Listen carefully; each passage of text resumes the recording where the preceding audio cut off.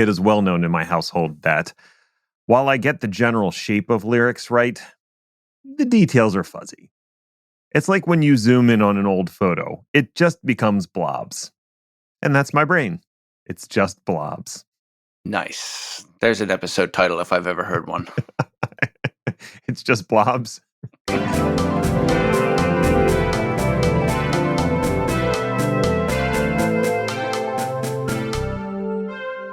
Hello, alleged human, and welcome to the Chaos Lever podcast. My name is Ned, and I'm definitely not a robot. I am a real human person who understands things like quantum entangled states, angstroms, and very small particles. Right? You agree with me. With me is Chris, who is also here. Or maybe not. Are you in a super position, Chris? I am pretty super. What was the question? Well, I guess you're in a position too. I'm in a chair. Well, there you go. That's a position to be in. Oh, how you doing, buddy? You know how being an office worker is horrible for you physically and mentally and health-wise? It's just bad. Just everything. Yeah. Every 6 months, somebody puts out an article brand new research. We know how to solve the fact that you have to sit in your chair for 8 hours a day. And you read the article and it's just get up occasionally. Oh, fuck. Yeah, it's always the same answer. It's phrased slightly differently. Like they'll have some new thing like pop up every 15 or the quarter hour stretch or I don't know. What's the one with the tomato timer? Oh, is that just lunch? Is it a caprese salad every 15 minutes? Every 15 minutes, you eat a bite of your caprese salad and take a walk around your cube. And you sit back down. If it takes you too long to eat the caprese salad, then you're going to need to get it in a run to the restroom. That's true. Because that's gross. I think that's called the Pomodoro method. There we go. I just made a very small subset of our listeners very angry because they're like, I use that. Oh, I tried that very briefly for a day. It didn't work. No, nothing works. Oh, no, nothing works. I try something new every few days and maybe keep up with it for a week, and then it slowly slides off, and I just go back to my desperately grasping at whatever is directly in front of me. And that seems to work. Yeah. Yeah. We can go with the imaginary where everything was beautiful and nothing hurt. Oh, so you mean the 1990s? I see you haven't read Slaughterhouse-5. Oh, I probably read it in the 1990s, oddly enough. Anyhow, Kurt Vonnegut aside, I think we were going to talk about something having to do with fish and going to lots of concerts. You're partially right. Oh. We're going to talk about the wonderful world of phishing and how it keeps getting wonderfuler. Is that the act of going to fish concerts? I'm ignoring you intentionally. It's fair. So phishing, as we all know, is the act of people trying to con you into doing things via email. Mm-hmm. There's probably a reason it's called that. I meant to look it up. I didn't. Cool story, bro. Well done. However, Proofpoint, a leading email security company that probably everybody in tech has at least heard of, even if they don't know 100% what they do, does a study every year around phishing. It is appropriately titled The State of the Fish, and It is exactly as depressing as it sounds, which is to say, like being sober at a Phish concert. Ouch. Yeah, that depressing. Do you want to listen to the 37-minute version of Bouncing Around the Room? No? Okay. Here Let's we go. go. I could not name a single Phish song, but I'm pretty sure they're all the same song. Bouncing Around the Room. I literally just said that. It has fallen out of my brain immediately. Now, see, the funny thing is I take shots at Phish all the time, but they seem like the nicest guys on earth. Like if Trey Anastasio was here listening to me set up that burn, he'd be like, oh, buddy, that's such a good joke, buddy. Oh, I like it. Here, have a nosh. Those are the worst. I hate those people. Stop being so goddamn nice. Yeah, you prick. Anyway. So the thesis statement is simple. Phishing is bad. Phishing is still getting worse. And phishing is starting to expand so that it does not include just email anymore. Hmm. Cool. Totally. Now, first, let's set the stage. In order to create this report, Proofpoint uses two major endpoints. Endpoints? I'm sticking with it. Okay. The first endpoint is answers to survey questions, and the second is actual data from their devices from both fake and real phishing campaigns. So we get people talking about what's going on, and we get data that shows this is actually what's happening. Okay. And the total amount of what they have to work with is pretty impressive. Over 7,500 individual respondents and more than 200 million email messages with senders and receivers from 15 separate countries.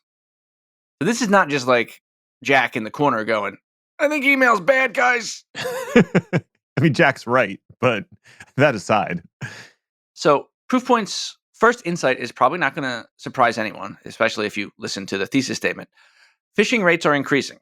The 2024 report shows a year-over-year increase of 25% on volume alone. Fun! Yay! Their second major insight is more worrisome. The ways companies and end users are being attacked are getting more sophisticated. Proofpoint categorizes these as novel attack types, and what it means has nothing to do with Kurt Vonnegut. Man, I am at absolute peak comedy right now, aren't I? You really are. There's nowhere to my go but wife, down. Please. Is this thing on? Try the veal. Oh, God. So I went on a disturbingly random YouTube jaunt yesterday, and I ended up watching a whole bunch of British comedy from like the 1950s. Oh, All people talking very posh, very indeed. slow. And some of their jokes, like the way that it was delivered, like the joke shouldn't be funny, but because of the way they delivered it, it was absolutely hilarious.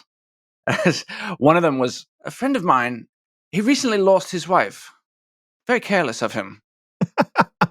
I can see where delivered properly, that's funny. Yeah. But like for someone who's not a seasoned comic, they would have real trouble on the timing for that. Yeah, and I can basically just do hungover Arthur. Like that's as far as my British accent goes. But, you know, an actual British person would crush with that. Anyway, back to email. Oh, no. We're going to talk about comedy for the next half an hour. So Henny Youngman. I was going to say Stephen Wright is one of those people that the stuff he says is actually not that funny. It's the way he delivers it that you're like, that's what sells it every time. It's also the avalanche of the similar types of jokes. Yes. Just like Mitch Hedberg in a way. That's the other person I was going to bring up. He's the other person who, like, the joke itself is not that clever and funny, but the way he does it and the sheer volume of them kind of get you over the hump. So Thank you, Mitch. Now that we've exhausted all of the comedians that Ned has ever heard of, yep, let's that's get back to Proofpoint. Okay. So the survey shows that there are significant issues with how end users approach security.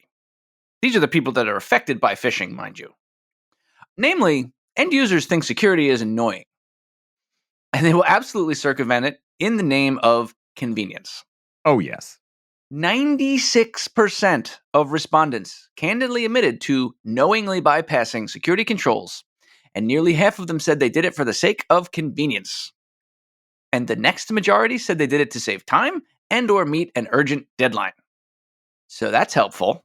Yeah. On its face, this is not a surprising TLDR. In most cases, it is easier to just go ahead and bypass security protocols, the official way to do it, etc. Right? This is the whole reason shadow IT happens. How many times have you heard a story of, well, look, the rules around the company has around OneDrive are just too restrictive. I need to get this done. Let's just use my personal Dropbox real quick. Absolutely. Apply that to every piece of security you've ever heard of. Yeah, I mean, like, I have an example from today. My son was working on a project for school on his personal laptop, and he needed to get the files from his personal laptop to his school laptop. But of course, they don't allow him to plug in USB sticks, and his email address doesn't allow email from outside of the school district. So I set up a Google Drive link for him to share the files, and then he went on Google Drive on his laptop. And I think they had it blocked in Edge, but not in Firefox or something. So he was able to go on Firefox and download the file on Google. Totally like on the up and up. He needed those damn files. And they made it so difficult that we had to use kind of a circumvention to get around it, to get the files there. And if this had been a phishing attack instead, he could have ended up with an infected laptop. Right. Congratulations, Ned. You're part of the problem. Oh, absolutely. So one of the problems that happens also is employees are simply pressured to work faster or else. So you have these two, the security and convenience seesaw is problematic. If security gets in the way of working faster, what do you think is going to happen? Is an employee going to say, "Oh, sorry, boss, I couldn't get that file over because of Sentinel-1." Your boss would say, "Oh, sorry, employee, you're fired." Now, whether that actually happens or not is an open question, but that's a legitimate fear. Yes. So if security gets in the way of work, it's a problem. So we'll leave that thought in the farmhouse for a minute while we move on to the meat of the report. It's okay. It'll be all right. Okay. And I promise that'll be my last Fish reference because that's the last Fish song that I know. I didn't even know you were making a reference. So at this point, the report switches into looking at the future. So what are the changes that we see coming in 2024 and beyond? So there's two big sections to this. The first is old stuff that we've heard of. All the major common attack types are still around. This includes bulk phishing attacks, spear phishing, and they highlight this, the too stupid to be true USB stick drop. Yes, that is a real thing that people fall victim to. This was not invented on some WB NCIS ripoff show. This somehow actually happens. Oh, 100%. Because people love free shit. And people are curious. And if you give me a black box, I want to know what's in it. So I'm going to plug that into my computer to find out. And boy, do I find out. It's always bad. Ransomware? Yeah. You've heard of it. It's still happening. 60% of respondents to the report said that they had more than 4 incidents their security teams had to respond to in the past 12 months. Now, that's not to say 4 infections or 4 successful attacks, just something that was serious enough that it required attention. That's still bad. Yeah. And considering that actual successful ransomware attacks are criminally underreported, we can make our own estimates as to what these numbers actually are. Now, one thing that is nice is that respondents say that resolving the problem by paying off the attackers is slowing down. But it's still over 50%. Which you're keeping score at home, that's still 50% too much. Yeah. Cyber insurance is a big thing, but as we discussed just a few episodes ago, it's crazy expensive and the expenses are primed to get worse. Here's a fun real life example. A company in finance went to renew. No major changes to their business, no cyber claims in 2023. And the initial quote that they got back was 300% higher. Wow. So if anything, we might have undersold how bad the situation is out there. Yeah, well, I'm sure this report doesn't really help. No. And like I said, if you want more details about that, I think it was 3 episodes ago. We will link it in the show notes because we are professionals. Yes, we are. Fair. Okay, so anyway, now we pivot to the new types of attacks. And one thing that's happening is that the attacks are starting to move away from being email-based to being not email-based. Email is often part of the attack chain, but it doesn't have to be. The main thrust is using the phone. Have you heard of this device? It's what I play my games on. So here's the problem. For a lot of attacks, email protection has actually gotten pretty good. I mean, we've been working on spam and we've been working on phishing for a long time. And it's not just Proofpoint. All of the different major vendors have really, really good ways of not, circumventing it to the point that people don't even see the phishing attacks. So the attackers have gotten a little more clever. Now, to be fair, one thing they do highlight is that the use of generative AI is making it so that phishing attacks get through filters better. So that's great. Thanks a lot, Sam. But what they're noticing is that email or whatever, they're trying to get you on the phone for what is called a TOAD attack, telephone-oriented attack delivery, which is a backronym if I've ever heard one. Absolutely. The main idea here is simple, and it's, a song as old as time. It's easier to con people if you're talking to them. Mm-hmm. Humans are innately trustful, even when they are cynical, sarcastic, distant, and hate-filled individuals.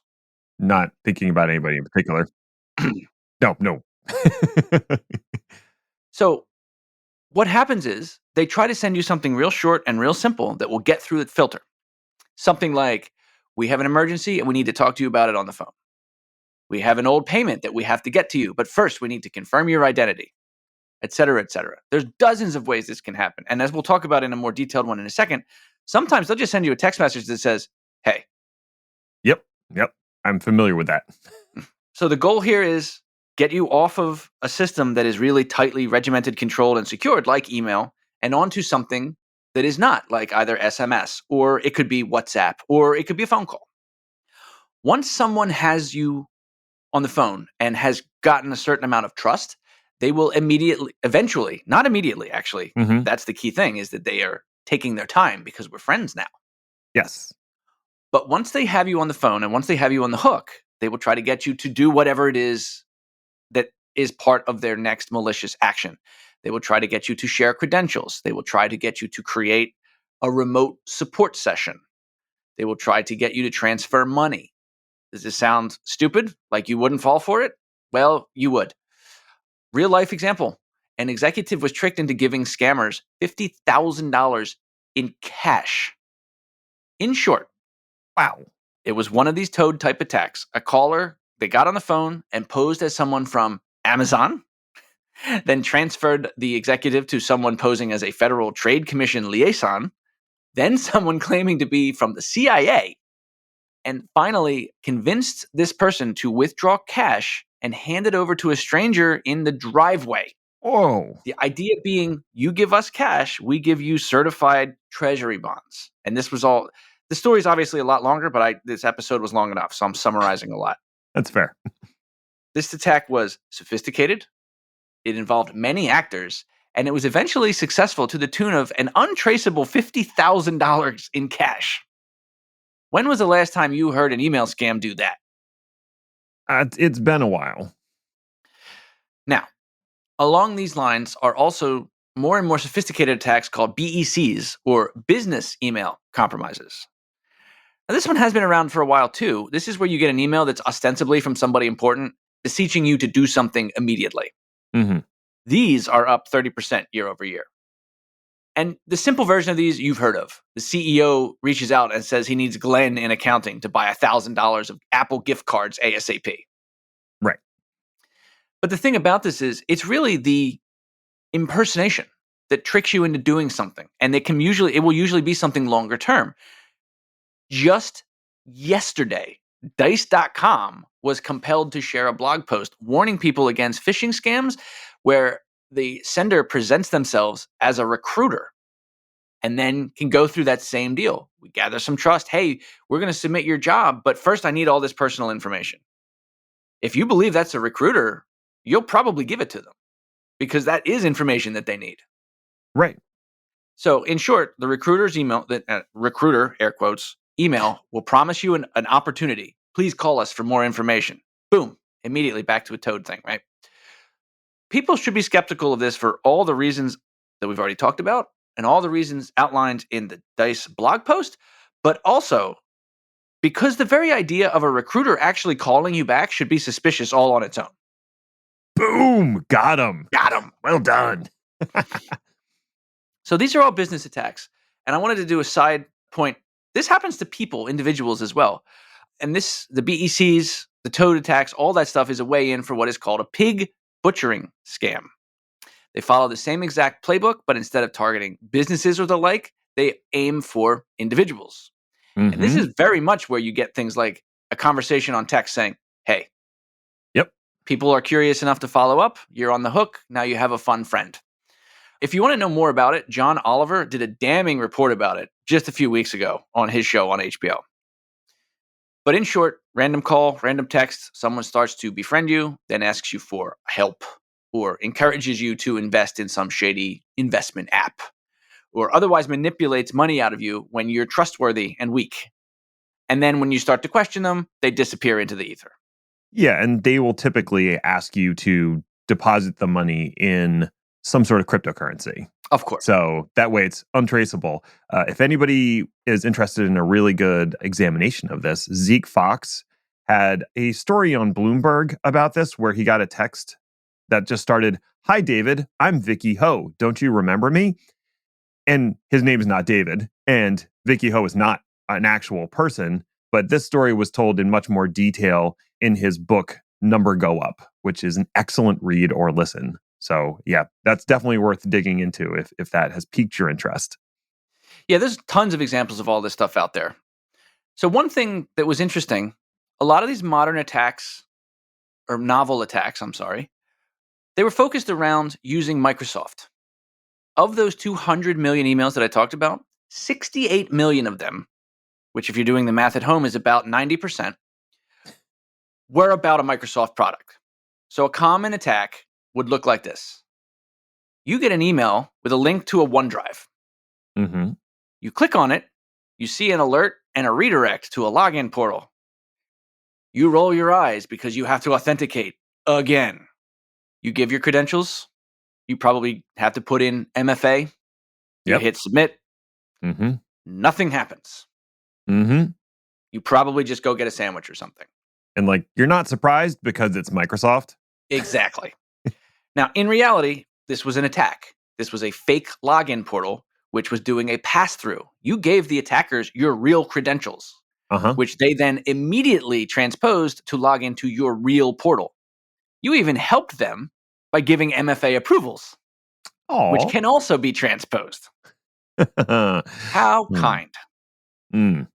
Now, this kind of attack is increasing in popularity as things like evil proxy starts to proliferate.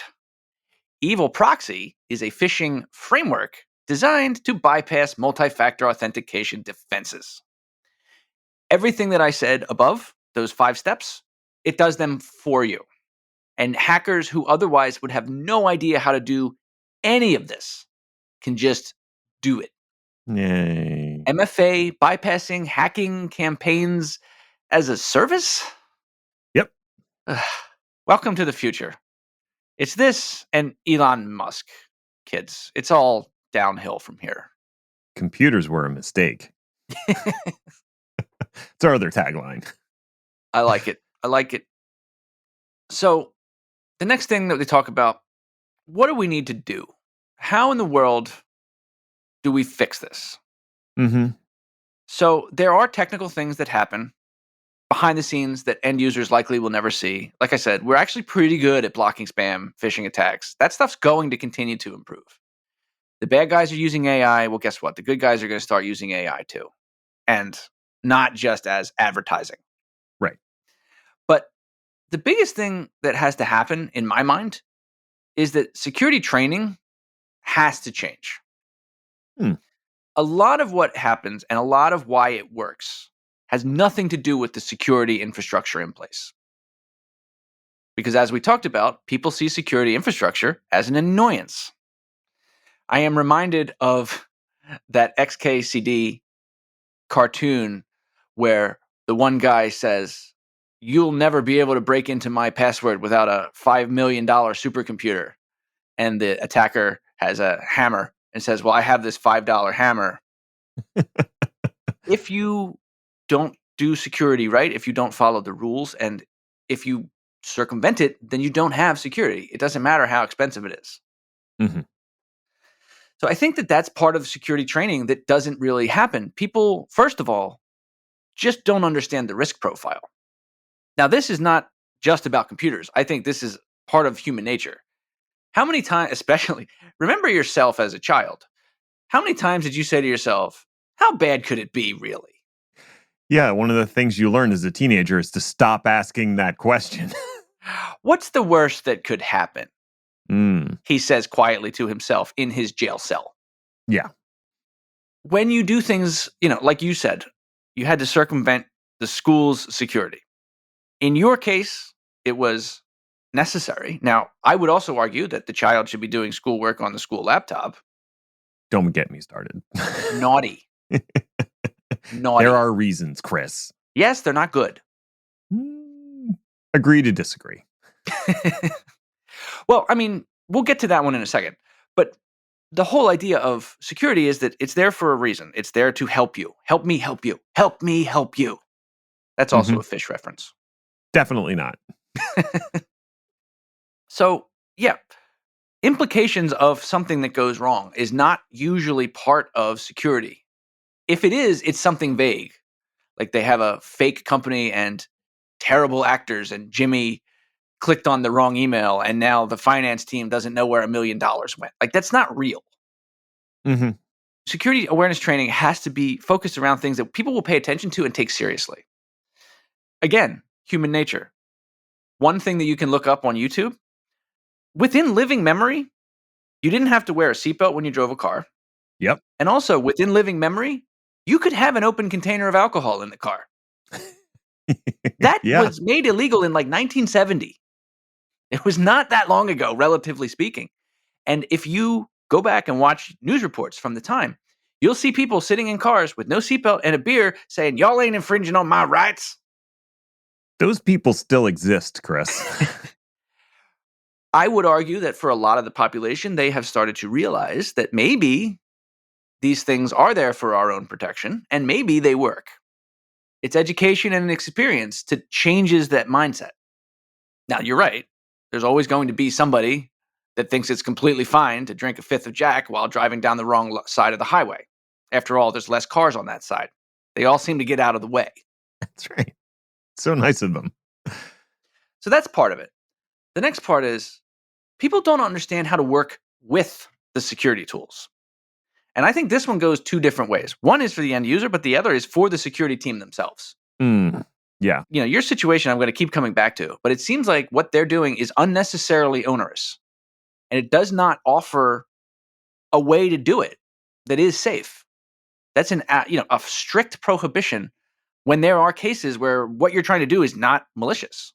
You just wanted to get a file from here to there. There should be a way to do that.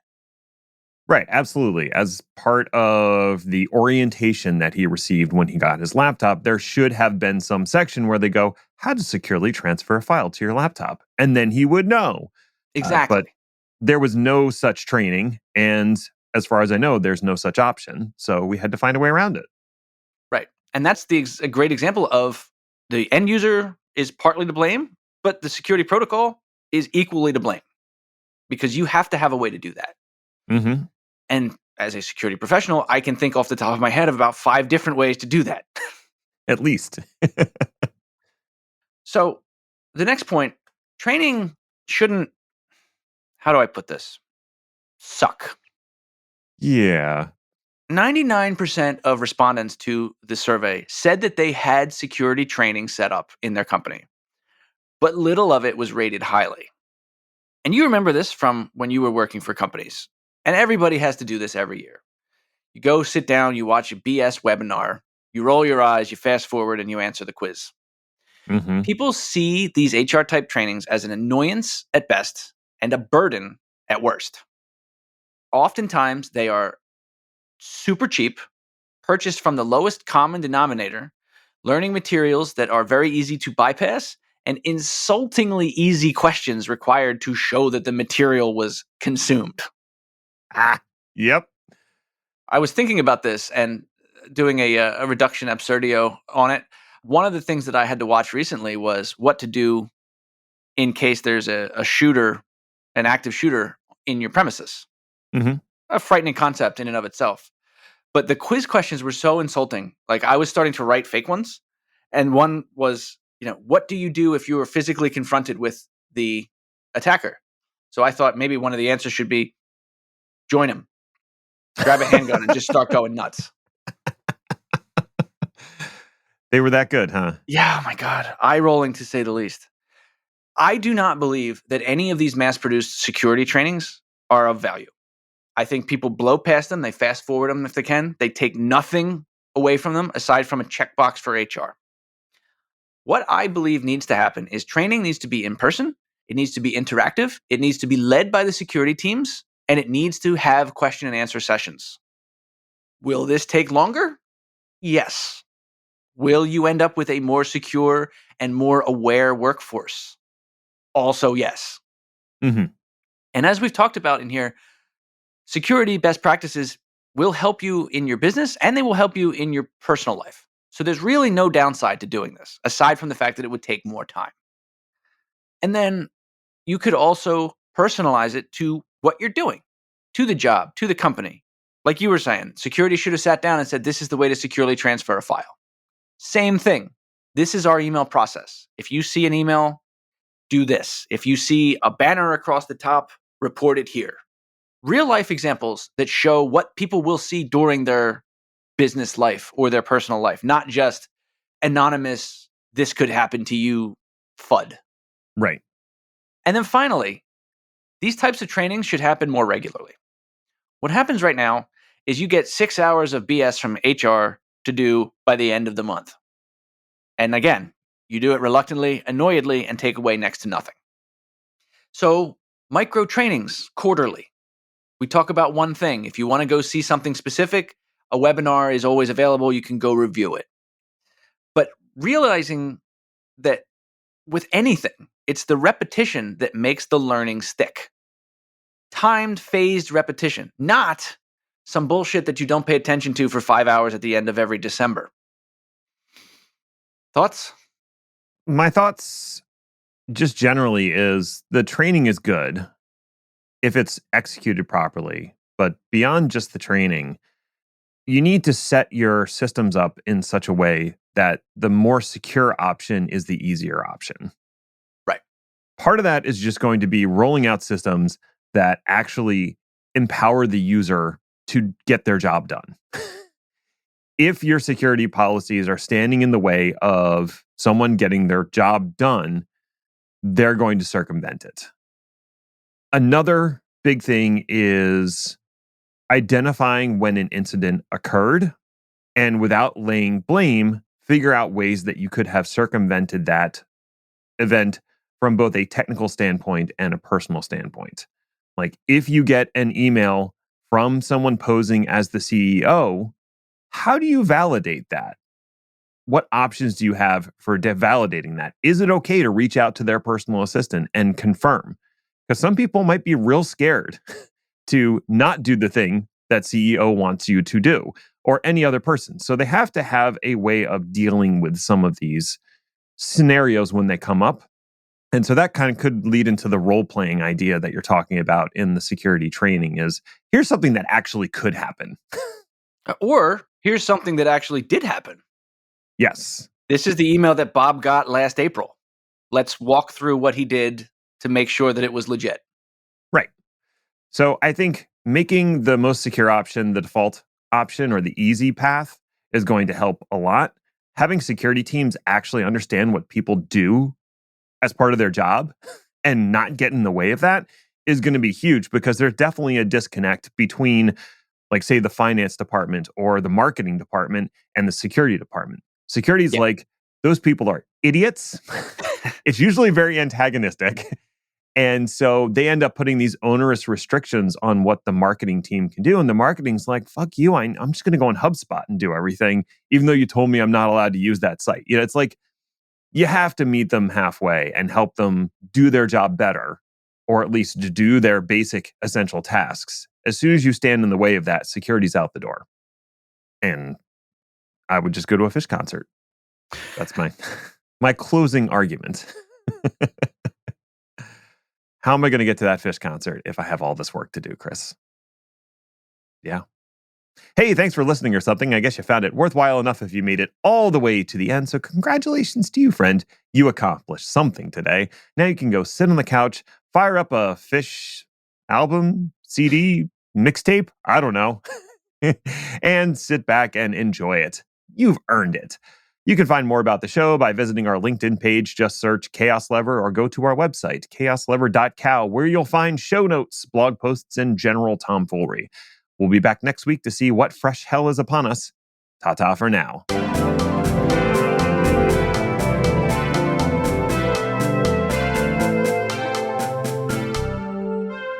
Actually, that's a lie. We're not going to be back next week because I'm going to be on vacation.